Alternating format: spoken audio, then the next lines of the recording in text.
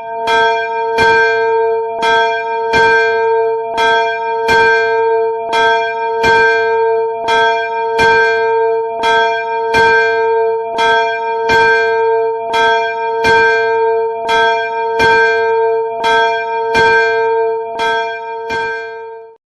मसीह।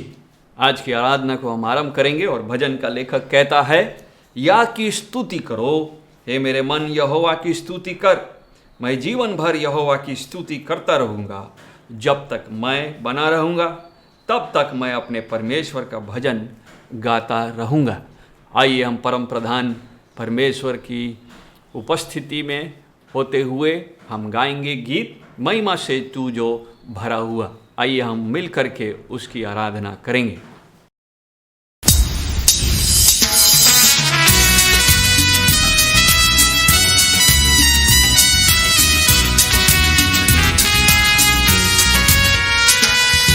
महिमा से तू जो भरा हुआ, ज्योति में सदा रहने वाला, मनुष्यों में तूने जन्म लिया, फिर से यीशु जग में तू आएगा, आएगा यीशु आएगा, फिर से यीशु जग में तू आएगा।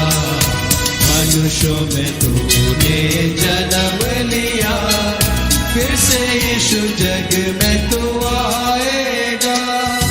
भूमि आकाश में समा न सका, मंदिरों में तू रह न सका, नम्र होकर जर्नी में पैदा हुआ, मनों में हमारे घर तू बना, घर तू बना यीशु, घर तू बना, मनों में हमारे घर तू बना, नम्र होकर जर्नी में पैदा हुआ, मनों में हमारे घर तू बना। खेमे में आकर तू ही बसा, लोगों को अपने लिए पिला, अग्नि और बादल में तू ही दिखा, फिर से यीशु अपना जलवा दिखा, जलवा दिखा यीशु जलवा दिखा, फिर से यीशु अपना जलवा दिखा, अग्नि और बादल में तू ही दिखा, फिर से यीशु अपना जलवा दिखा। दानियल की तूने प्रार्थना सुनी, एज़रा की तूने सहायता की, बाबुल में तूने बेदारी भेजी, अपने लोगों को फिर से दे रिहाई, दे रिहाई यीशु दे रिहाई, अपने लोगों को फिर से दे रिहाई। बाबुल में तूने बेदारी भेजी, अपने लोगों को फिर से दे रिहाई। तू ही हमारा राजा है, तू ही मुक्ति दाता है, फिर से आने वाला है, प्यारे प्रभु यीशु तू जल्दी आ, जल्दी आ यीशु जल्दी आ, प्यारे प्रभु यीशु तू जल्दी आ, फिर से आने वाला है, प्यारे प्रभु यीशु तू जल्दी आ। आइए हम प्रार्थना करेंगे। प्रभु जी, आज के सुंदर दिन के लिए हम तुझे धन्यवाद देते हैं। हम धन्यवादित हैं प्रभु कि इस अवसर को तूने हमें प्रदान किया है कि हम तेरी उपस्थिति में आ सके, तेरी आराधना कर सके। हे प्रभु, तू महामहिम परमेश्वर है, सिंहासन पर विराजमान है, और हम जैसे अयोग्य पापी मनुष्य पर अनुग्रह किया है, जिसके कारण से प्रभु हम तेरे सिंहासन के तले आ पाते हैं। इस अवसर के लिए जो तेरी ओर से हमें मिला है, हम तुझे धन्यवाद देते हैं। हम धन्यवादित हैं प्रभु कि तूने हमें जीवितों के भूमि में रखा, जबकि चारों तरफ कई समस्याएं हैं, लोग बीमार हैं और बीमारी के कारण से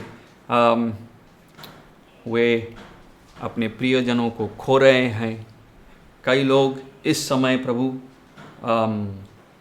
आंधी तूफान के कारण से परेशान है, फिर भी तूने हमको सुरक्षित रखा और यह अवसर दिया कि हम तेरी आराधना कर सके। इस अनुग्रह के लिए हम तुझे धन्यवाद देते हैं। हे प्रभु, आज के सुबह में हम विशेष रीति से पास्टर मनोज चरण और उनकी पत्नी को स्मरण करते हैं। धन्यवाद देते हैं प्रभु कि तूने उनको चंगाई दिया है, उनको अस्पताल से बाहर निकाला है और आज वे चंगे हो करके घर में रेस्ट कर रहे हैं और रिकवरी कर रहे हैं प्रभु। इसलिए हम तुझे धन्यवाद देते हैं। शरीर के कमजोरियों के बारे में तू जानता है, बहुत प्रकार के तकलीफ़ें हैं। इसलिए हम प्रार्थना करते हैं प्रभु कि दोनों पास्टर मनोज चरण और उनकी पत्नी को तू पूर्ण चंगाई दे, ताकि वे कलीसिया की सेवकाई को फिर से कर सके, उन जिम्मेदारियों को फिर से उठा सके और उससे प्रभु तुझे महिमा मिल सके। आज के प्रभु सुबह में हम उन क्षेत्रों को विशेष रीति से स्मरण करते हैं जहां आंधी के कारण से बहुत नुकसान हुआ, उन तटवर्ती इलाकों में जहां पर आंधी के कारण से, तूफान के कारण से बहुत से घर नष्ट हुए हैं, बहुत से मिट्टी के घर टूट गए हैं प्रभु, और बहुत गरीबों को अपने घरों को छोड़ करके जाना पड़ा है।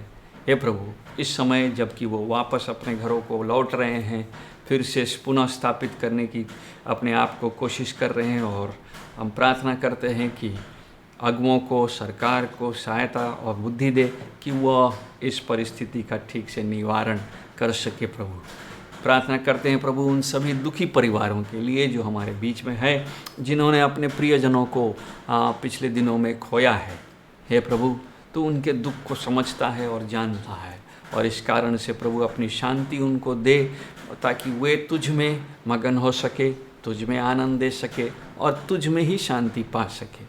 हे प्रभु, इस आराधना के समय को हम तेरे हाथ में सौंपते हैं। हम जब तेरे वचन पर ध्यान देते हैं, तेरी आराधना करते हैं और उसकी बातों को सुन करके समझने की और ध्यान मनन करने के द्वारा जो शिक्षा पाते हैं, होने दे प्रभु कि वो हमारे हृदय में बसे, और न केवल हमारे हृदय में बसे बल्कि हमारा हृदय उसके कारण से परिवर्तित हो सके। प्रभु ऐसा तू अनुग्रह कर।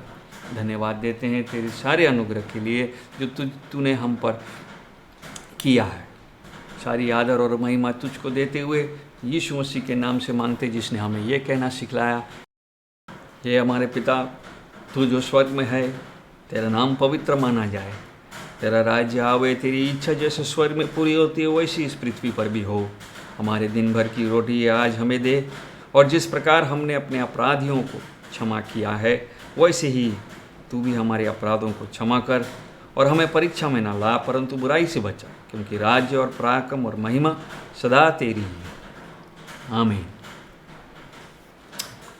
आज की आराधना में मैं आप सबों का स्वागत करता हूं, और जैसा कि आप जानते हैं कि पास्टर मनोज चरण इन दिनों में कोविड से उभर रहे हैं, वे चंगे हो चुके हैं। मैं हम परमेश्वर का धन्यवाद देते हैं, परंतु अभी भी भीषण कमजोरी होने के कारण से वे अपने सेवकाई के कार्य को फिर से रिज्यूम नहीं कर पाए हैं। हम उनके लिए प्रार्थना करते जा रहे हैं और करेंगे, भविष्य में भी करेंगे कि वे जल्द से जल्द चंगे हो सके और फिर अपने कार्यों को जो प्रभु ने उनको दिया है उसको वो कर पाएँ। आइए परमेश्वर की वचन की ओर जाएंगे, और आज जैसा कि हम पिछले दिनों में अगुवाई के विषय में ध्यान देते आ रहे हैं। पिछले हफ्ते यदि आपने ध्यान दिया होगा तो हम यूहन्ना रचित सुसमाचार उसके 13 अध्याय और उसके 1 से 18 पद पर ध्यान दे रहे थे। 13 अध्याय और उसका 1 से 18 पद पे, जहाँ पर कॉन्टेक्स्ट है कि यीशु मसीह उनके पाँव को धोता है, और उस धोने के समय में वो कुछ आज्ञाओं को उनको देता है कि जो मैं किया हूँ तुम भी एक दूसरे के साथ वैसा ही करो, जो हम 15 पद में पढ़ते हैं कि क्योंकि मैंने तुम्हें नमूना दिखा दिया कि जैसा मैंने तुम्हारे साथ किया है तुम भी वैसे ही किया करो। और वही हम लोगों ने देखा कि यीशु मसीह अपने शिष्यों को जो अगुवाई करने का जो तरीका, जो लीडरशिप स्टाइल सिखाता है, वह सांसारिक लीडरशिप स्टाइल से बिल्कुल भिन्न है। हमने इसका कंपैरिजन, इसका तुलना हेरोद महान के अगुवाई करने के तरीके से, उसके लीडर होने के तरीके, उसके तौर तरीके पर के साथ ध्यान दिया था और देखा कि हेरोद महान, जिसको महान कहा जाता है इतिहास के पन्नों में, उसके स्टाइल में, उसके इतने काम करने के बावजूद भी, उसके बड़े बड़े महलों बनाने के बावजूद भी, उसके बड़े मंदिर को पुनः, सुलेमान के मंदिर को पुनः स्थापित करने के बावजूद भी आज बहुत कम संख्या में लोग उसके बारे में अध्ययन करते हैं। जबकि यीशु मसीह दूसरी ओर उसी समय काल में सेवकाई देने वाला, उसी समय काल में अपने शिष्यों को अगुवाई कर रहा है, परंतु वह बिल्कुल हेरोद के अगुवाई करने के तरीके से बिल्कुल विपरीत है।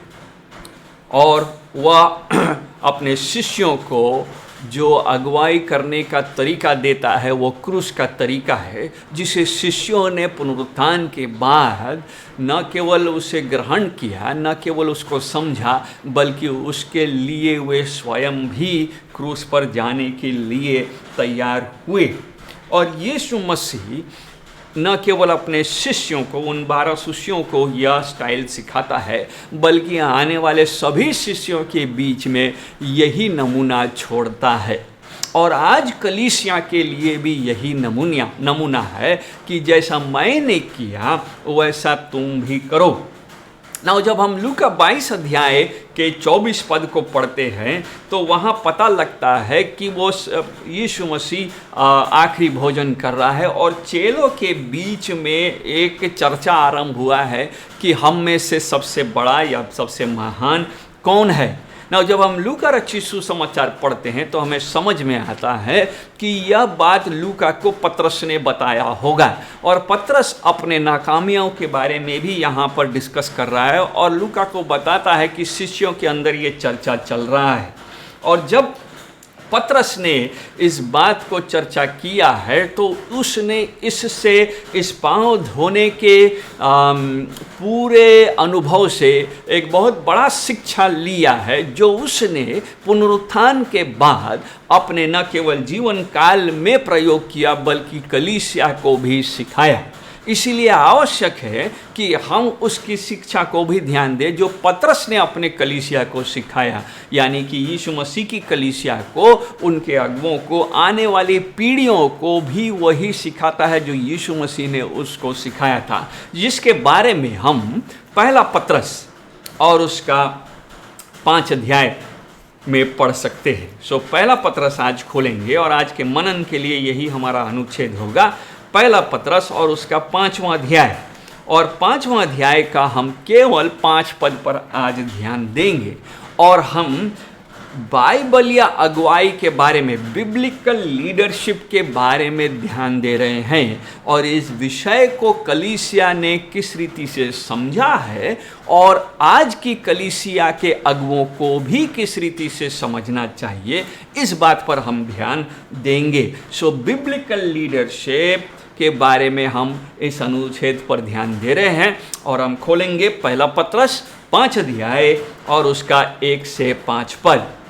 नाउ जब हम 1 से 5 पद पढ़ते हैं तो पतरस लिखता है, तुम में जो प्राचीन हैं, मैं उनकी नाई प्राचीन और मसीह के दुखों का गवाह और प्रकट होने वाली महिमा में सहभागी होकर उन्हें यह समझाता हूँ कि परमेश्वर की उस झुंड की जो तुम्हारे बीच में है रखवाली करो और यह दबाव से नहीं परंतु परमेश्वर की इच्छा के अनुसार आनंद से और नीच कमाई के लिए नहीं पर मन लगाकर, और जो लोग तुम्हें सौंपे गए हैं उन पर अधिकार न जताओ वरन झुंड के लिए आदर्श बनो, और जब प्रधान रखवाला प्रकट होगा तो तुम्हें महिमा का मुकुट दिया जाएगा जो मुरझाने का नहीं। हे नवयुवकों, तुम भी प्राचीनों के अधीन रहो, वरन तुम सब के सब एक दूसरे की सेवा के लिए दीनता से कमर बांधे रहो, क्योंकि परमेश्वर अभिमानियों का सामना करता है परंतु दीनों पर अनुग्रह करता है। आज का यह अध्ययन जो अगुवाई पर है वह इन बातों को का खुलासा करेंगे हम कि पतरस इन पदों से कलीसिया को क्या सिखाना चाह रहा है ना। वो जब इस अनुच्छेद को आरंभ कर रहा है तो पहला पद में वो बताता है कि वह भी यीशु मसीह का एक सेवक है, वह भी यीशु मसीह के दुखों की का गवाह और प्रकट होने वाले महिमा में सहभागी है, और इसलिए सहभागी होने के कारण से वह अपने साथ काम करने वाले अपने कलीसिया के झुंड को अपने से नीचे, जैसे 5वां पद, नवयुवकों को भी यही आज्ञा देता है और सिखाता है कि उन्हें किस रीति से अगुवाई करना होगा ना। जब दूसरा पद हम देखते हैं तो वहाँ कहता है कि परमेश्वर की उस झुंड की जो तुम्हारे बीच में है रखवाली करो। बाइबल या अगुवाई, बिब्लिकल लीडरशिप रखवाली करने पर है, केंद्रित है। इट इज़ अबाउट शेपर्डिंग, यानी कि झुंड जो भेड़ है उसकी रखवाली किया जाना चाहिए। इसलिए अगुओं को यहाँ पर रखवाला कहा गया है कि वे चरवाहे के समान अपने भेड़ों की रखवाली करे ना। कलीसिया के अलावा में भी मसीही ऑर्गेनाइजेशंस हैं और ऑर्गेनाइजेशंस का भी यही जिम्मेदारी है कि वे अपने झुंड की रखवाली करें, उस झुंड की, उस फ्लॉक की जो आवश्यकता है उसकी वह पूर्ति करें। इसका माने क्या है? रखवाली करने का माने यह है कि अगुआ का अपने झुंड के साथ एक गहरा संबंध होना चाहिए ना। मैं जब अगुआ शब्द प्रयोग कर रहा हूं तो मैं कलीसिया के पास्टर और पासवान तक सीमित नहीं हूं, मैं उन सबों को यहाँ पर इन्वॉल्व कर रहा हूँ जिसके पीछे कोई चल रहा है, चाहे वो घर में अगुए हों, चाहे वो अपने काम के क्षेत्र में अगुए हों, चाहे वो कलीसिया में अगुए हों। अगर वे बाइबलीय रीति से अगुवाई कर रहे हैं तो सबसे पहला पॉइंट जो पतरस कह रहा है कि उनको अपने झुंड के साथ एक गहरा संबंध होना चाहिए, एक कंसर्न होना चाहिए अपने फ्लॉक के लिए, अपने लोगों के लिए। नाउ स्टीवन कोवे बोल के एक लेखक हैं जिन्होंने 7 habits of highly effective leaders नामक पुस्तक लिखा है, और उस पुस्तक में उन्होंने कहा कि हर एक अगुए के अंदर में, हर एक व्यक्ति में एक चिंता का दायरा होता है और एक प्रभाव का दायरा होता है, circle of concern and circle of influence, कि हम किसके साथ किस पर इन्फ्लुएंस कर रहे हैं और किसके लिए चिंतित हैं, कंसर्न है। सो ये जो दोनों क्षेत्र है वो हर व्यक्ति में होता है ना। जिस व्यक्ति में चिंता का क्षेत्र प्रभाव के क्षेत्र से छोटा है वह व्यक्ति अच्छा अगुआ नहीं बनेगा, क्योंकि उसकी चिंता केवल एक छोटे दल के साथ है लेकिन प्रभाव वह बहुत बड़े दल पर करता है। अच्छा अगुआ वही है जिसका चिंता का जो क्षेत्र है वह प्रभाव के क्षेत्र से बड़ा है, यानी कि वो बाकियों के लिए भी चिंता करता है। और प्रभाव का क्षेत्र यदि आज छोटा है तो वह ईश्वर के अनुग्रह से और अपने लीडरशिप स्टाइल के कारण से बढ़ेगा, अनुभव के कारण से। ऐसा व्यक्ति एक अच्छा अगुआ बनता है। ना इसका माने मसीहों के लिए क्या है? मसीह होने के कारण से, यीशु मसीह के क्षमा को पाने के कारण से हमारे अंदर जो चिंता का जो क्षेत्र है वो वास्तव में बड़ा होना चाहिए, क्योंकि ये नेचुरल है। यीशु मसीह ने हमको क्षमा किया, हमें दूसरों को भी क्षमा करना है, हमें अपने पड़ोसी से अपने समान प्रेम करना है, और इस कारण से हमारा क्षेत्र चिंता का बड़ा होना चाहिए। अभी निश्चय हमारी लिमिटेशंस के कारण से हमारा क्षेत्र इन्फ्लुएंस का जो हमारा प्रभाव का जो क्षेत्र है वो हो सकता कम हो, परंतु हमारा ये चिंता अधिक पूरे दल के लिए होना चाहिए। नाउ जब हम अगुए हैं तो इसका माने यह है कि हमारा दल अलग अलग प्रकार का होगा। ये जो झुंड है जिसके बारे में पत्रस लिख रहा है, घर में ये झुंड अलग है जिसका हम अगुए हैं, कलीसिया में झुंड अलग है, कलीसिया के दूसरे विभागों में वो अलग अलग झुंड है, संडे स्कूल में ये झुंड दूसरे प्रकार का है, और बड़े कलीसिया के बाकी बुजुर्ग सदस्यों के बीच में ये झुंड दूसरे प्रकार का है, महिलाओं के मीटिंग में ये झुंड दूसरे प्रकार का है। लेकिन चाहे वो किसी प्रकार का क्यों ना हो, हर झुंड के लिए अगुआ जो एक चरवाहा है, जो रखवाला है, उसको उस झुंड के लिए चिंता होना चाहिए।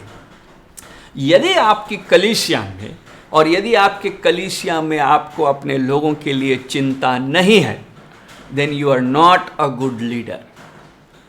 क्यों? क्योंकि बाइबल यही सिखाती है कि जो झुंड की रखवाली करता है वो झुंड की चिंता करता है। ना दूसरा पद और भी आगे जाता है और कहता है कि जो तुम्हारे बीच में रखवाली करो, कैसे? दबाव से नहीं, नॉट बाय कंपल्सन, जबरदस्ती नहीं, लेकिन स्वेच्छता से, वॉलेंटेरिली। सो ये जो सेवा जो करेंगे, जो झुंड की रखवाली करेंगे, वह स्वेच्छता से होगा। लेकिन इस स्वेच्छता से करने का प्रेरणा क्या है? What is the motivation behind this? यह प्रेरणा बाहरी कारणों से नहीं आना चाहिए। कई बार हम अगुवाई इसलिए करना चाहते हैं क्योंकि हमको प्रेरणा बाहर से आता है, उसमें फायदा दिखता है या उसमें समस्या दिखता है या उसमें अपना दिमाग लगाने का जगह दिखता है, इसीलिए हम अगुवा बनना चाहते हैं। हम सोचते हैं कि हम वहाँ पर कुछ कर सकेंगे। ना शिष्यों ने जब क्रूस के मार्ग को चुना और यीशु मसीह की आज्ञा को कि मेरे पीछे हो लो और मैं जैसा करता हूँ वैसा करो, तो वे बाहरी कारणों से प्रेरित नहीं हुए। जब यीशु मसीह पतरस को जाल छोड़ करके आने को कहता है, तो आपको याद होगा तो यीशु मसीह ने उसको मछली पकड़ करके दिया था, उसका जाल फटने पर था और उस पूरे मछली को वो छोड़ करके उसके पीछे हो लेता। यदि हम आज उसके जगह में होते तो संभवतः हम यीशु मसीह को धन्यवाद देते और शायद यीशु मसीह को जितना बड़ा जो कैच हुआ उतना मछली लाने का जो कमीशन बनता वो दे करके विदाई देते और हम मछली लेकर के बाजार चले जाते। परंतु पतरस का ये मोटिवेशन नहीं है, उसके प्रेरणा का कारण स्वयं यीशु मसीह है।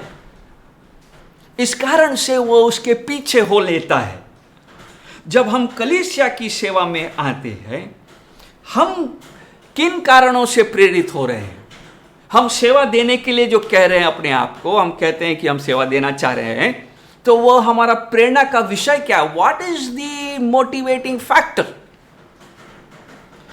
मत्ती 5 अध्याय का 44 पद बताता है कि हमको प्रेम होना चाहिए हमारे अंदर। मत्ती रचित सुसमाचार उसका 44 पद हम उसको खोलेंगे और वहाँ यीशु मसीह कहता है 5 अध्याय का 44 पद में कि परंतु मैं तुमसे यह कहता हूं कि अपने बैरियों से प्रेम रखो और अपने सताने वालों के लिए प्रार्थना करो। सो कहने का मतलब यह है, जो मोटिवेशन होगा, जो प्रेरणा होगा एक विश्वासी के अंदर होगा, वह प्रेम के कारण ही होना चाहिए, आउट ऑफ जेन्युइन लव। प्रेम के अलावा कोई दूसरा कारण नहीं होना चाहिए। सो इसका एक और मतलब निकलता है, जब हम अगुवाई देने के लिए आगे बढ़ रहे हैं या आगे बढ़ते हैं, आगे आते हैं, तो इसका माने है कि जिस झुंड की हम रखवाली करने का बात कर रहे हैं, उस झुंड से हमको वापस जरूरी नहीं है कि प्रेम मिलेगा। ये नहीं लिखा है। कमिटमेंट जो है मेरा, वह परमेश्वर की इच्छा के कारण से है। मोटिवेशन जो मेरा प्रेरणा है, वो सुसमाचार के कारण से है। लेकिन जिनकी मैं रखवाली कर रहा हूं, उनका रेस्पॉन्स क्या होगा उसको मैं डिटरमिन नहीं कर सकता। इस कारण से मेरा काम उनकी रखवाली करना है, उनका देखभाल करना है और उनके प्रति मुझे सेवा देना है। इस कारण से अगुओं के अंदर में कंप्लेनिंग स्वभाव नहीं होना चाहिए, कुड़कुड़ाने वाला स्वभाव नहीं होना चाहिए। कई बार हम कलीसिया इसीलिए आते हैं क्योंकि हम कलीसिया को देना कुछ नहीं चाहते, बल्कि उससे लेना चाहते। We want to get from the church. स्थानीय कलीसिया हो, उससे मुझे क्या मिलेगा, ये हम देखते हैं। कई कलीसियाओं में इसको लेकर के बहुत समस्या होता है कि हमको बेनिफिट क्या है। आज इस कोविड सिचुएशन में भी कलीसिया के सदस्य कलीसिया से बेनिफिट खोज रहे हैं। हाँ, इस कारण से आज हमारी भारतीय कलीसिया के अगुओं का और उसकी कलीसिया के नीचे सेकेंड लाइन के लीडरशिप्स का भी बुरा हाल है। कुड़कुड़ाने के टेस्ट में हम कहां पर हैं? रखवाली करने में कुड़कुड़ाना नहीं संभव है। एक अगुए के अंदर में अपने झुंड के लिए भलाई करने का इच्छा इतना अधिक होना चाहिए कि वह उसकी तैयारी में जुटा रहे कि उसको कैसे इस झुंड की वो सेवा बेहतर रीति से कर सके। अर्थात कहने का मतलब है कि एक अगुआ एक ऐसा व्यक्ति होगा जो समस्याओं को खड़ा नहीं करेगा, या समस्या ही खाली नहीं खड़ा करके दिखाएगा नहीं, बल्कि उसके उत्तर में समाधान खोजेगा, सॉल्यूशंस निकालेगा। बाइबल में, पुराने नियम में जब हम यूसुफ के जीवन को देखते हैं, तब हम उस यूसुफ के अगुवाई में एक समाधान निकालने वाला व्यक्ति को देखते हैं। उसके जीवन में समस्याएं भरी हुई हैं, परंतु वह समस्याओं पर ध्यान नहीं दे करके सब समय समाधान पर ध्यान दे रहा, और अंत तक वो समाधान ही खोजता रहता है। और लोगों को उस समाधान खोजने के कारण से वे आशीष का कारण, वो स्वयं आशीष का कारण बन पाया। परमेश्वर ने उसको प्रयोग किया कि वो समाधान देता रह सके। अब कुड़कुड़ाना के टेस्ट में आप कहाँ पर हैं? कई बार हम ये कुड़कुड़ाने का मतलब नहीं समझते। क्या कंप्लेन बिल्कुल नहीं करना चाहिए? अगर मेरे साथ अन्याय हो रहा है और मैं जहाँ पर हूँ उस काम को और बेहतर करने के लिए किसी से ना बोलूँ? क्या मैं अपने सीनियर्स को अपने ऑफिस में ना बोलूँ कि काम ठीक से नहीं हो रहा है, उसको और अच्छे से किया जा सके, या कोई अच्छा परफॉर्मेंस नहीं दे रहा है उसके बारे में बता सके? नहीं, वो कंप्लेनिंग नहीं है, वो कुड़कुड़ाना नहीं है। जिससे समाधान निकले, जिससे बेहतर हो सके काम, वो कंप्लेन नहीं है, वो कंप्लेनिंग नहीं, वो कुड़कुड़ाना नहीं है। कुड़कुड़ाना का डेफिनेशन पीकेडी ली अपने पुस्तक में बहुत अच्छा से कहते हैं। कुड़कुड़ाने का माने ये है कि जब हम उस विषय की चर्चा किसी एक ऐसे विषय से, एक ऐसे व्यक्ति से कर रहे हैं जिसको उस समस्या से कोई संबंध नहीं है, और ना ही वो व्यक्ति उस समस्या को सुन करके उसके समाधान में कुछ प्रगति करा सकता है या मदद कर सकता है। ऐसे विचार, अगर इस प्रकार का चर्चा को हम कुड़कुड़ाना कर, जब हम किसी तीसरे से कह रहे हैं किसी बारे में और वो तीसरा उस समस्या को सुन करके भी उसका कोई समाधान नहीं दे सकता है, वह कुड़कुड़ाना है। कई बार कलीसिया में कुड़कुड़ाना होता, समस्या हम देखते हैं लेकिन हमको समाधान नहीं मिलता है, और समाधान के बारे में किसी से समझ में नहीं आता, किसी तीसरे से हम बात करते हैं, योग्य लोगों से नहीं बात करके, जिनकी जिम्मेदारी है उनसे बात नहीं करके हम किसी अन्य लोगों को बात करते हैं, और इस तरह से वो चर्चा बढ़ते बढ़ते बढ़ते और कई बार कलीसिया का फूटने का कारण भी बन जाता है। इस कारण से हमें सावधान होना चाहिए कि कुड़कुड़ाना हमारे जीवन में ना हो। एक अगुए के जीवन में अपने झुंड की रखवाली करते समय कंप्लेनिंग स्वभाव नहीं होना चाहिए। इसका माने और भी है। इसका माने यह है कि जब कलीसिया आपको जिम्मेदारी देती है तो आप उसको किस प्रकार से लेते हैं। कई बार कलीसिया चाहती है कि उसके सदस्य उनको सहायता करे, अगुवे चाहते हैं कि और लोग जुटे, लेकिन कई बार रिस्पॉन्स बिल्कुल नकारात्मक मिलता है। वो क्यों ऐसा होता है? अगर ऑर्टिगा गॉसेट नामक एक दर्शन शास्त्री, स्पेनिश दर्शन शास्त्री ने कहा कि वास्तव में ये इसलिए होता है क्योंकि दो प्रकार के लोग होते हैं मौलिक रीति से। एक वे जिनको सेवा देना पसंद है और दूसरा वे जिनको सेवा लेना पसंद है।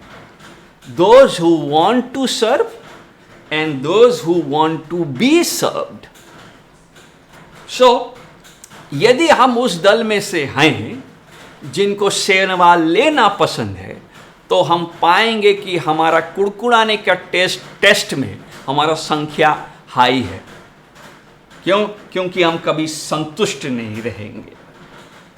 लेकिन जनरली अगर यदि हमारा जीवन के प्रति मेरा जो प्रतिक्रिया रेस्पॉन्स है वह सेवा देने का है तो हम ये पाएंगे वह व्यक्ति अधिकांशतः कम कुड़कुड़ाता है क्योंकि सेवा देने वाला जो है व्यक्ति वह समाधान खोजने वाला व्यक्ति है, और समाधान खोजने वाले व्यक्ति अधिकांश समय कुड़कुड़ाते कम हैं।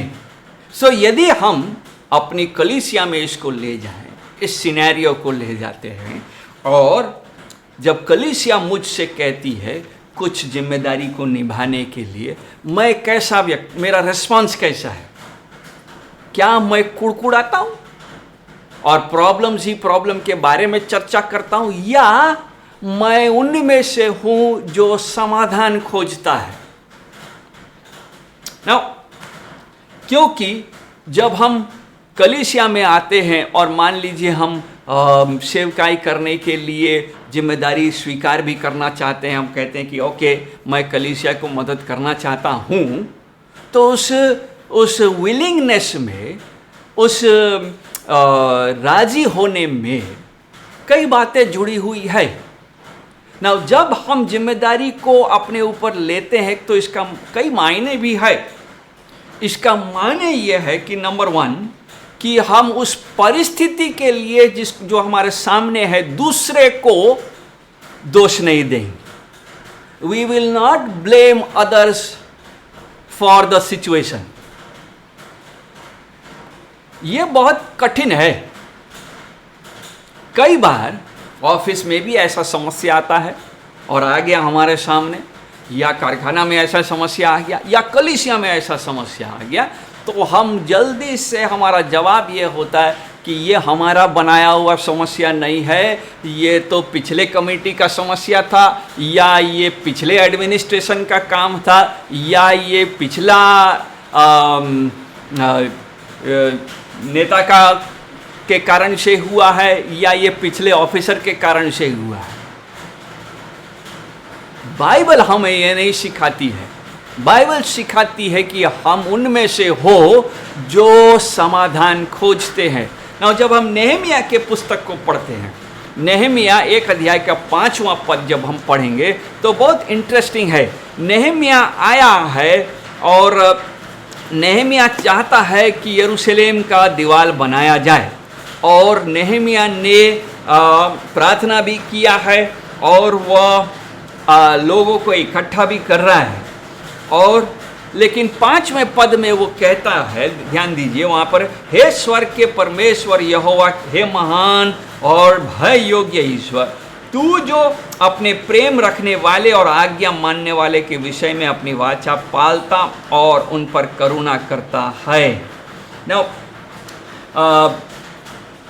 चौथा पद वास्तव में कहता है कि ये बातें सुनते ही मैं बैठकर रोने लगा और कितने दिन तक विलाप करता और स्वर्ग के परमेश्वर के सम्मुख उपवास करता और यह कर करके प्रार्थना करता रहा कि हे स्वर्ग के परमेश्वर यहोवा, हे महान और भय योग्य ईश्वर, तू जो अपने प्रेम रखने वाले और आज्ञा मानने वाले के विषय में अपनी वाचा पालता है और उन पर करुणा करता है, तू कान लगाए, आंखें खोले रहे कि जो प्रार्थना मैं तेरे दास इस समय तेरे दास इस्राएलियों के लिए दिन रात करता रहता है उसे तू सुन ले। नाउ इंटरेस्टिंग, 6 पद का आखिरी लाइन, मैं इस्राएलियों के पापों को जो हम लोगों ने तेरे विरुद्ध किए हैं मान लेता हूँ। नेहमिया जब इस सिनेरियो पर पहुंचा है कि वह यरूशलेम के शहरपना को बनाएगा, और जब उसको खबर मिला है कि यरूशलेम का शहर में ना बिल्कुल ध्वंस हो गया है, तो वह प्रार्थना करता है, विलाप करता है और वह पश्चाताप करता है, लेकिन वह क्षमा मांगता है परमेश्वर से और कहता है कि हम लोगों ने तेरे विरुद्ध किए हैं। ना नेहमिया ने वास्तव में परमेश्वर का विरोध नहीं किया था। नेहमिया का जब वे बंधुआई में ले जाए गए बाबुल के द्वारा और जब यरूशलेम ध्वंस हो गया था, तब नेहमिया संभवतः जन्म नहीं लिया था, या अगर पैदा भी हुआ था तो बहुत छोटा बच्चा था। सो वो ये कह सकता था कि शहरपना इज नॉट माई प्रॉब्लम, मेरा इशू नहीं है, मैंने इसको नहीं खड़ा किया, ये प्रॉब्लम मेरा बनाया हुआ नहीं है, ये तो आपका बनाया हुआ है, लेकिन मैं आपको सहायता कर रहा हूं, आपको तो धन्यवादी होना चाहिए। लेकिन उसके परमेश्वर से प्रार्थना करते समय उसका बोल इस प्रकार का नहीं, वो कहता वो कहता है जो हम लोगों ने तेरे विरुद्ध किए, मैं इस्राएलियों के पापों को जो हम लोगों ने तेरे विरुद्ध किए हैं। सो वो अपने आप को उस प्रॉब्लम में इंक्लूड कर रहा है, जोड़ रहा है, और उसको प्रॉब्लम से अपने आप को बाहर नहीं कर रहा है, और तब उसका समाधान खोज रहा है। यह हमारे लिए शिक्षा होना चाहिए। जब हम अगुवाई करने आते हैं, जब हम कलीसिया के जिम्मेदारी को उठाने आते हैं, जब हम किसी क्षेत्र में सेवा करने के लिए आते हैं, प्रभु हमको बोझ देता है, गुड, तो उसके बाद हमारा रेस्पॉन्स क्या है? क्या हम पिछले कमेटी को दोष देने में समय चला जाएगा, या पिछला सेक्रेटरी को ही दोष देने में चला जाएगा, या हम आगे का कुछ सोचेंगे? बाइबल या अगुवाई में हमको समाधान खोजने वाला होना चाहिए, समस्या खड़ा करने वाला नहीं। दुख के साथ कहना पड़ता है कि कई अगुवे अधिकांश समय समस्या खड़ा करने में ही समय बिताते हैं। नाउ वापस जाएंगे उसी पहला पत्रस के 5वें अध्याय के 2 पद में। मैं आशा करता हूं कि आप अपने बाइबल को खोल के रखें। नाउ 2 पद में वहां पर और भी लिखा हुआ, हमने रखवाली करो पर ध्यान दिया, हमने दबाव से नहीं पर ध्यान दिया, परंतु परमेश्वर के इच्छा के अनुसार, अकॉर्डिंग टू गॉड्स विल, परंतु परमेश्वर की इच्छा के अनुसार। सो परमेश्वर की इच्छा के अनुसार ये कैसे होगा? हमने पिछली बार देखा था कि अगुवाई करने का प्रेरणा होना चाहिए, और यहाँ पर बाइबल बताती है कि अगुवाई करने का या चिंता करने का जो क्षेत्र है वो इसलिए होगा क्योंकि परमेश्वर ने हमको अपने प्रेम के कारण से हमें भी एक दूसरे से प्रेम करना सिखाया है। ये मोटिवेशन सर्विस करने का, सेवा देने का सांसारिक लाभ के लिए नहीं होना चाहिए, नीच कमाई के लिए नहीं। बहुत सा पद है जहां हमको मालूम है कि धन का सेवा नहीं करना है, धन का लालच करना नहीं है, इसलिए उन पदों पर नहीं जाएंगे। परंतु मैं पढ़ना चाहता हूं पहला यूहन्ना 2 अध्याय और उसका 15 से 17। पहला यूहन्ना 2 अध्याय और उसका 15 पद से 17 पद में यूहन्ना लिखता है, बहुत इंटरेस्टिंग है। तुम न तो संसार से और न संसार की वस्तुओं से प्रेम रखो। यदि कोई संसार से प्रेम रखता है तो उसमें पिता का प्रेम नहीं है, क्योंकि जो कुछ संसार में है, क्या है इसमें, अर्थात शरीर की अभिलाषा, आंखों की अभिलाषा और जीविका का घमंड, वह पिता की ओर से नहीं परंतु संसार ही की ओर से है। और संसार उसकी अभिलाषाएं दोनों मिटती जाती है, पर जो परमेश्वर की इच्छा पर चलता है वह सर्वदा बना रहेगा। सो हमारा अगुवाई करते समय, लीडरशिप देते समय हमारा प्रेरणा का स्रोत क्या है? कहीं तो ये 3 चीजें नहीं है, शरीर की अभिलाषा, आंखों की अभिलाषा और जीविका का घमंड। कई लोग कह सकते हैं कि नहीं, मुझे पैसे का घमंड, मुझे पैसे की लालच नहीं है, क्योंकि मैं एक अच्छा घर से आता हूं, मेरा अपना कमाई बहुत है। संभव है, नीच कमाई के लिए नहीं है। क्या घमंड के लिए है? क्या ऑनर के लिए है कि सम्मान मिलेगा? कभी कभी हम इसलिए पद चाहते हैं, अगुवा इसलिए बनना चाहते हैं, उससे हमको सम्मान मिलेगा और मेरे सेल्फ एस्टीम को बहुत हवा मिलेगी, मैं फूल सकता हूं। बाइबल हमें यह नहीं सिखाती है हम नीच कमाई के लिए सेवा न करें, लेकिन वहाँ लिखा है, और आगे भी बहुत से पद है जिसको पढ़ सकते हैं। लेकिन जब हम मत्ती रचित सुसमाचार का 10 अध्याय का 39 पद 39 को पढ़ेंगे तो यीशु मसीह कहता है, जो इस संसार से प्रेम रखता है वो दूसरे संसार का हो नहीं सकता है। और बाइबल इब्रानियों की पत्री के 13 अध्याय के 5वां पद में कहता है कि हमें संतुष्ट होना सीखना चाहिए। इब्रानी उसका 13 अध्याय और उसका 5वां पद, आप उसे अपने बाइबल में खोलें।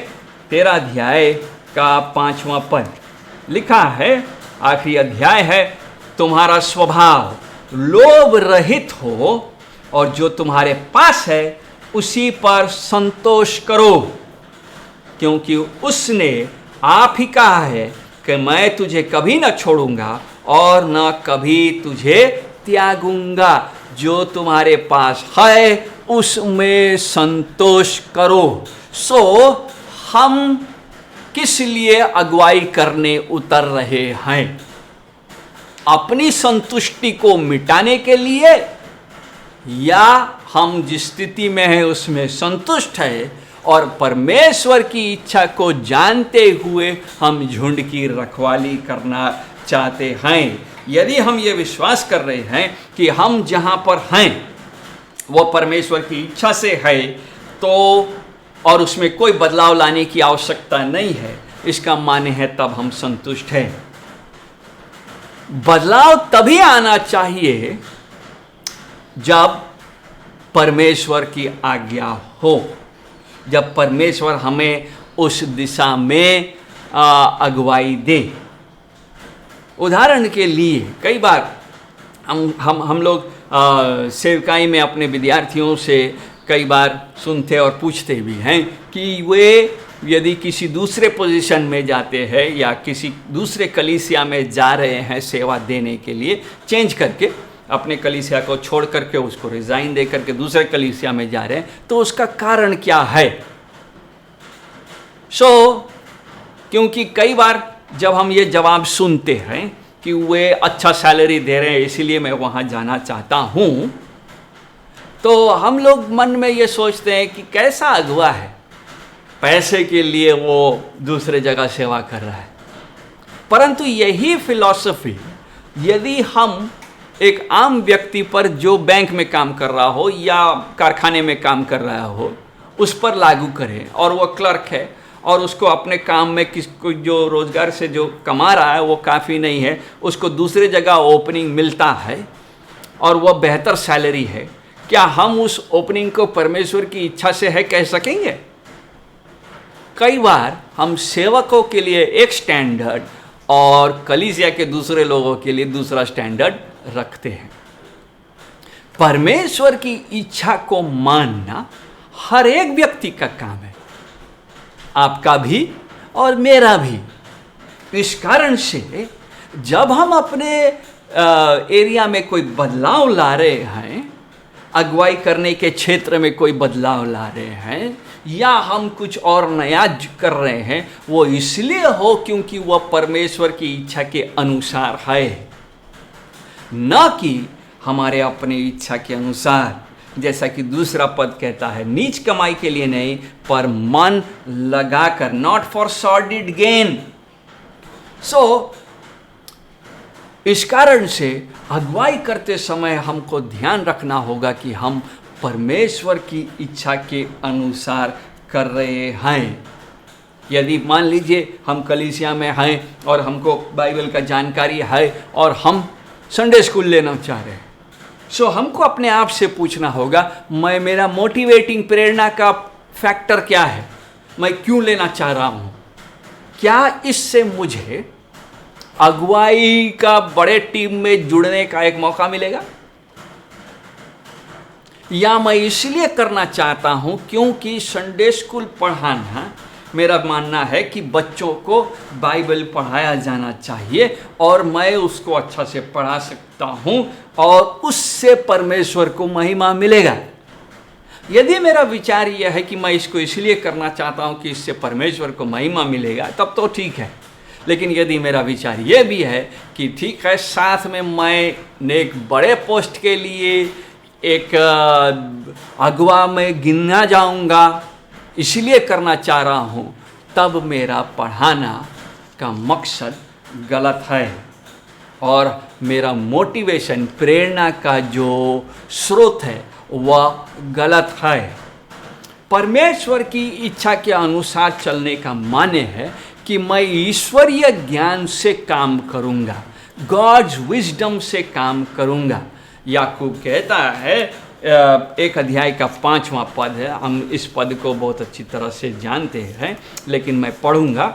एक अध्याय का 5 पद कहता है कि यदि किसी को बुद्धि की कमी हो तो वह परमेश्वर से मांगे, जो बिना उल्हाना दिए सबको उदारता से देता है और उसको दी जाएगी। सो परमेश्वर से मांगे, परमेश्वर से बुद्धि मांगे का माने क्या है? जब हम परमेश्वर से बुद्धि मांग रहे हैं तो इसका माने है कि जिस विषय को लेकर के हम चर्चा कर रहे हैं, इसमें परमेश्वर ईश्वरीय दृष्टिकोण क्या है, what is God's perspective on this problem. कई बार हम ईश्वरीय ज्ञान को केवल बाइबल तक सीमित रखना चाहते हैं और आम रोज के जीवन के समस्याओं को, रोज के अगुवाई के करने के विषयों पर उसको लागू नहीं करना मांगते। रॉन्ग, ये संभव नहीं है। जिस किसी को भी बुद्धि की कमी हो, बुद्धि रोज के जीवन चलाने के लिए, बुद्धि टाटा कंपनी के काम को करने के लिए, बुद्धि बैंक के काम को करने के लिए, बुद्धि कलीसिया को चलाने के लिए, वह परमेश्वर से मांगे। मांगना का माने आई वॉन्ट टू नो, मैं जानना चाह रहा हूं कि परमेश्वर का इस विषय को लेके क्या दृष्टिकोण है। Intelligence and knowledge is not enough. केवल बौद्धिक बुद्धि होना और सांसारिक ज्ञान होना काफी नहीं है। इस कारण से जब लीडर्स के अंदर में अगर परमेश्वर का दृष्टिकोण ना हो तो वह अच्छे अगुवे नहीं बनेंगे। एक अच्छा अगुवा वही है जो जानता है कि परमेश्वर क्या चाहता है और उस जानकारी को लेकर के वह उसको इम्प्लीमेंट करता है, उसको लागू करता है और उसको पूरा करने की भरसक चेष्टा में लगा रखता है। उसका प्रेरणा का स्रोत क्या है? उसका प्रेरणा का स्रोत परमेश्वर की इच्छा को पूरा करना, परमेश्वर को महिमा देना है। वो अपने लिए नहीं करता है। आगे बढ़ेंगे। तीसरा पद इस अगुवाई के बारे में क्या सिखाता है? और वो कहता है तीसरा पद में पहला पत्रस 5 अध्याय और उसका तीसरा पद कहता है कि जो लोग तुम्हें सौंपे गए हैं उन पर अधिकार न जताओ, वरन झुंड के लिए आदर्श बनो। B an example. लीडरशिप, अगुवाई आदर्श बनने के द्वारा, नमूना बनने के द्वारा। यूहन्ना रचित सुसमाचार, लूका रचित सुसमाचार और मत्ती मरकुस में हम देख चुके हैं यीशु मसीह ने अपने नमूने से अपने आप को नमूना बना करके शिष्यों को सिखाया कि वे किस प्रकार के अगुवे बनना है उनको, या वो किस प्रकार से मालिक की आदतों को अपने जीवन में लागू कर सकेंगे। नमूना बनना है, लीडिंग बाय एग्जाम्पल। मत्ती यदि 20 अध्याय का 25 पद में यही कहा गया है कि तुम उन पर प्रभुता करने के लिए नहीं सेवा करोगे, बल्कि उसकी सेवा करोगे, उसके दीन बन करके, उनके अधीन बन करके। समय कम है लेकिन हम जल्दी से आगे बढ़ेंगे और देखेंगे। नाउ जब यरूशलेम में हम हैं, जब हम यहूदियों के बीच में हैं, तब यीशु मसीह के समय काल में बाकी लोग भी अगुवे थे। वहाँ पर फरीसी और सदुकी थे। महायाजक कैफा एक सदुकी था और सदुकी लोग धीरे धीरे यहूदी पॉलिटिक्स, जूइश पॉलिटिक्स में बहुत महत्वपूर्ण स्थान इसलिए रखने लगे क्योंकि वे रोमी और यहूदियों के बीच में बिछुआई का काम करने लगे। और रोम जो भी कुछ करवाना चाहता था तो सदुकियों से आज्ञा आती थी, और यहूदियों को सदुकियों के द्वारा रोम के पास कुछ आज्ञा भेजा, वो कुछ करवाना यदि चाहते थे तो उस प्रकार से हो। सो सदुकी यरूशलेम में रह करके एक बहुत महत्वपूर्ण जगह ले लिए थे, डोमिनेंट माइनॉरिटी बन गए थे, यानी कि वो प्रभावता का वो एक झुंड बन गए थे जिनका बहुत प्रभाव था। फरीसी भी इसी प्रकार से ऐसा ही झुंड बन गए थे जिनका यहूदी जीवन में बहुत बड़ा हस्तक्षेप था। यीशु मसीह के समय में ही वे अगुवे थे, परंतु ये वे अगुवे थे जिनका उदाहरण, जिनका नमूना बहुत खराब था। दे वर नॉट गुड एग्जाम्पल्स। हमें जब हम अगुवाई करते हैं और जब हम अगुवे होते हैं, यह ध्यान रखना चाहिए कि हम अच्छे उदाहरण बने। कई बार झुंड हमको सम्मान देना बंद कर देती है। लैक ऑफ रिस्पेक्ट इसीलिए हो जाता है क्योंकि हम उनके लिए अच्छे उदाहरण नहीं हैं। यदि अगुवा ये कहता है कि लोग उनकी बातों को नहीं सुनते हैं, लोग जो वो कलीसिया में करवाना चाहते हैं वो संभव नहीं हो रहा है, वो इसलिए हो रहा है संभवतः क्योंकि लोगों ने उसके अपने जीवन को उस योग्य नहीं समझा है जिसके लायक वो अगुवाई करे। वह जिस पद में है उसका उदाहरण नहीं देखने को मिल रहा है। इस कारण से लोग उसके पीछे नहीं चलते। कई बार माँ बाप भी अपने बच्चों के बारे में कहते हैं कि हमारे बच्चे हमारी बातों को नहीं सुनते। संभव तो वो इसलिए नहीं सुन रहे हैं क्योंकि वे आपके अपने जीवन में उन बातों को नहीं देख रहे हैं। फॉर एग्जाम्पल, कई बार हम बच्चों को कहते हैं कि तुम उसके बच्चों के बारे में कहते हैं कि उनके जीवन में मोबाइल एडिक्शन बहुत ज़्यादा बढ़ गया, लेकिन हम अपने मोबाइल यूसेज को नहीं ध्यान दे रहे, या हम अपना टीवी देखने के बारे में नहीं ध्यान दे रहे, या दूसरा सोशल मीडिया के प्लेटफॉर्म्स पर हम कितना समय बिता रहे उस बात पर ध्यान नहीं दे रहे। हमें उदाहरण बनना होगा, तभी हम अच्छे अगुवे हो सकेंगे।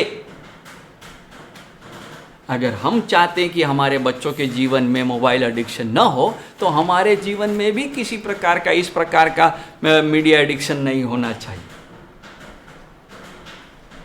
यदि हम चाहते हैं हमारे बच्चे अच्छा पढ़ाई करें, तो क्या उनके पास कोई उदाहरण है जिसको वो देख करके कह सके कि अच्छा, माता पिता भी बहुत पढ़ते हैं तो इसलिए हम भी पढ़ेंगे।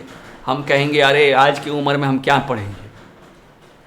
आपको अपने काम के बारे में जानकारी आवश्यकता नहीं है?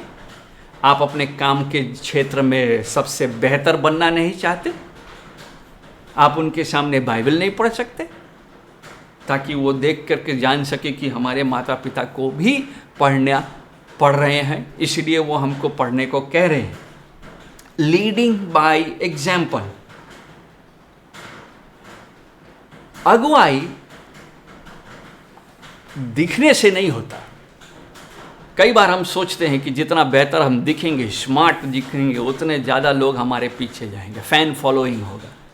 बाइबल बताती है यशाया 52 अध्याय का 14 पद में कि यीशु मसीह का चेहरा देखने लायक नहीं था।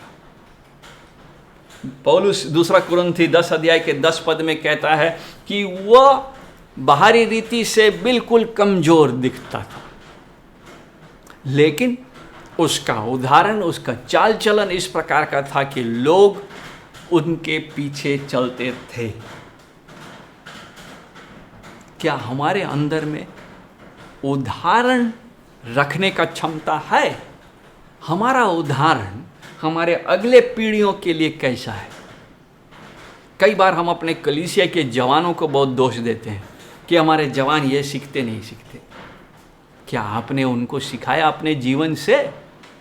क्या वो आपको देख करके कह सकेंगे कि ये व्यक्ति एक ऐसा अगुवा था जिसको देख करके मैं भी ऐसा ही होना चाहूँगा? दुख के साथ ये कहना चाहता हूँ कि कई बार हमारे नीचे की पीढ़ी हमारे नकारात्मक गुण को देख करके प्रभावित होकर के कहते हैं अगर ये इस प्रकार झगड़ा कर सकता है तो मैं इससे भी अच्छा कर लूँगा। That is a shame. That is a shame. हम किस लिए अगुवाई कर रहे हैं? आखिरी पद 5वां पद में जाकर के अंत करेंगे और 5वां पद कहता है कि हे नवयुवकों को, तुम भी प्राचीनों के अधीन रहो, वरन तुम सब के सब एक दूसरे की सेवा के लिए दीनता से कमर बांधे रहो। दीनता से अगुवाई करना, दीनता से, नम्रता से अगुवाई करना। समय नहीं है, उसमें बहुत सी बातें हैं कि हम कैसे दीन बन सकते हैं, परंतु यहीं पर हम अंत करेंगे। हमारे अगुवाईपन में क्या दीनता दिखता है या घमंड झलकता है? और अगर घमंड झलकता है तो किस लिए झलकता है? कई बार घमंड इसलिए झलकता है क्योंकि हम दूसरे की भलाई को देख नहीं सकते। और दूसरे की भलाई हम किस लिए नहीं देख सकते, उनकी अच्छाई हम इसलिए नहीं देख सकते क्योंकि हमारा अपने बारे विचार जो है वो बहुत छोटा है। और क्योंकि हमारा अपने बारे विचार बहुत छोटा है, इसलिए हम दूसरों को जो हमसे थोड़ा बेहतर हैं उनको स्वीकार नहीं कर सकते। इस कारण से नम्रता की आवश्यकता है। इस पॉइंट पर बहुत सी चर्चा हो सकती है, लेकिन समय कम है, इसलिए हम यहीं अंत करेंगे। जब आप अपने आप को देखते हैं, आप अपनी सेवकाई को देखते हैं, चाहे कलीसिया में हो, चाहे घर में हो, चाहे अपने काम के क्षेत्र में हो, आप अपने आप को कैसा सेवक, कैसा अगुवा देखते हैं? क्या आप में नम्रता है? क्या आप में परमेश्वर की इच्छा के अनुसार चलने की क्षमता है? क्या आप नमूना बनते हैं दूसरों के लिए? क्या आप परमेश्वर की इच्छा के अनुसार चलते हैं? क्या आप जिम्मेदारियों को स्वेच्छता से निभाते हैं? कहीं ज़बरदस्ती से तो नहीं? परमेश्वर करे कि जिन बातों को हमने इस अनुच्छेद में देखा है वह हमारे जीवन में बसे और हमारा जीवन का अगुवाई करने का तरीका बदल सके। आइए हम प्रार्थना करेंगे। हम अपने स्थानों में खड़े हो जाएंगे और प्रार्थना करेंगे और इस समय हम अपने भेंटों को भी प्रभु के सामने अर्पित करेंगे। आइए हम प्रार्थना करेंगे। स्क्रीन पर दिए गया इंस्ट्रक्शंस कि आप कैसे अपने भेंट को चर्च ऑफिस तक पहुंचा सकते हैं, उसको आप फॉलो कर लें। आइए हम प्रार्थना करें। प्रभु जी, हम तुझे धन्यवाद देते हैं तेरे वचन के लिए, तेरे वचन की सरलता के लिए। हे प्रभु, तेरा वचन हमें सिखाता है तू कि किस प्रकार का कलीसिया को देखना चाहता है, हमारे प्राचीन किस प्रकार की हो। अनुग्रह कर कि हम जो अपने घरों में, अपने कार्यों में और अपने कलीसियाओं में जो सेवा कर रहे हैं, हमारे अंदर भी वही गुण पाया जाए जैसा तेरा वचन हमको सिखाता है। हे प्रभु, धन्यवाद देते हैं तेरे सारे अनुग्रह के लिए कि तू निरंतर हमको सिखाता रहता है, हमको क्षमा देता है और हम पर अपने हमको त्यागता नहीं। होने दे प्रभु कि हम तेरे महिमा के लिए बेहतर होते जा सकें, कि हम एक्सेलेंस के तरफ आगे बढ़ सकें। ऐसा तू अनुग्रह कर। यीशु मसीह के नाम से मांगते हैं, आमीन। हम डॉक्सोलॉजी को इस समय गाएंगे।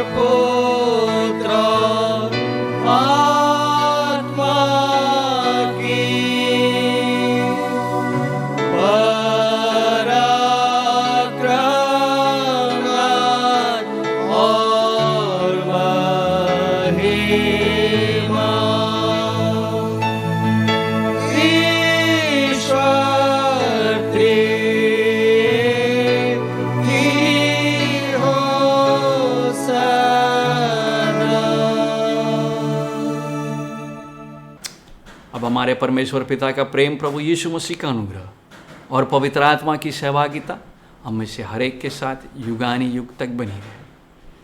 आमीन।